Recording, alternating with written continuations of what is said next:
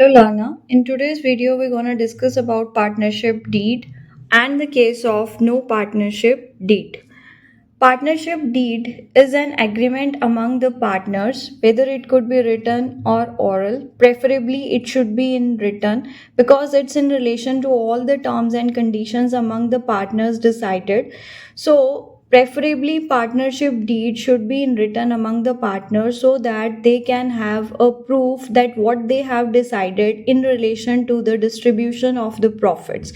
So, for the distribution of the profits, if the partnership deed is there, they might have mentioned over there that salary is payable to a partner, right? Or commission might be payable to B partner, right? Or interest on capital is payable at the rate that must have been decided by at the rate of, let's say, 12%. The profit sharing ratio must have been decided among the if two partners are there. Let's suppose it could be 3 is to 2, or it could be let's suppose 2 is to 1, or any of the ratio which they want to mention over there. IOD is to be chargeable or not from the partners. Interest on loan, at what rate interest on loan would be paid by the firm to the partner or to the firm by the partner is there. So if deed is there, everything is well defined. They can go along how the partnership profit is to be distributed among the different partners in P&L appropriation account. But the point is there, if there is no partnership deed, then provisions of Indian Partnership Act 1932 applies. That says, if in case there is no partnership deed among the partners, then there would be no salary, no commission, no remuneration would be payable to any of the partner as per section 13A of Indian Partnership Act.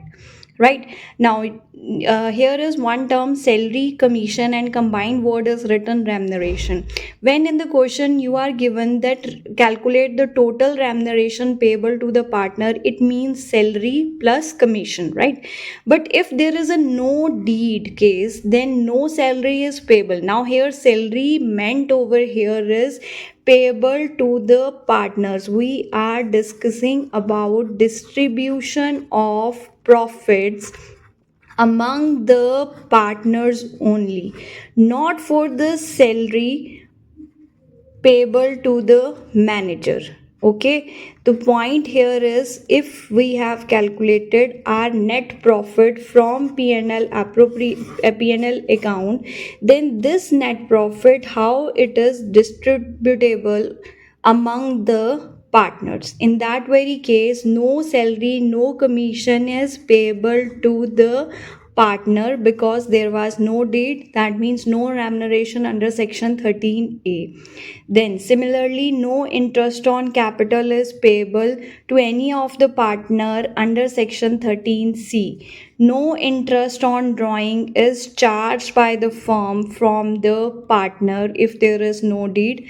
No interest on loan, if the loan is given by the firm to the partner, if there is no deed in relation to the interest on loan and loan has been granted by firm to the partner, then that is a case of no interest on loan. But there would be interest on loan if the firm has taken a loan from the partner. That means loan is given by the partner to the firm have received loan, then firm has to pay interest on loan at the rate 6% per annum under section 13D. And in this case, the profit left over after these particular cases will be distributable among the partners in the ratio equal as per section 13B. The cases for this we will be solving in upcoming videos, but you have to keep in mind, if there is no partnership deed, no salary, no commission, no IOC, no IOD, no interest on loan, if loan is given by the firm to the partner, IOL would be at the rate 6% per annum if it is a loan by the partner to the firm, and profit sharing ratio would be treated equally as per section 13B of Indian Partnership Act 1932. Thank you, Accountitude. Keep scoring. Like, share, and subscribe to my channel.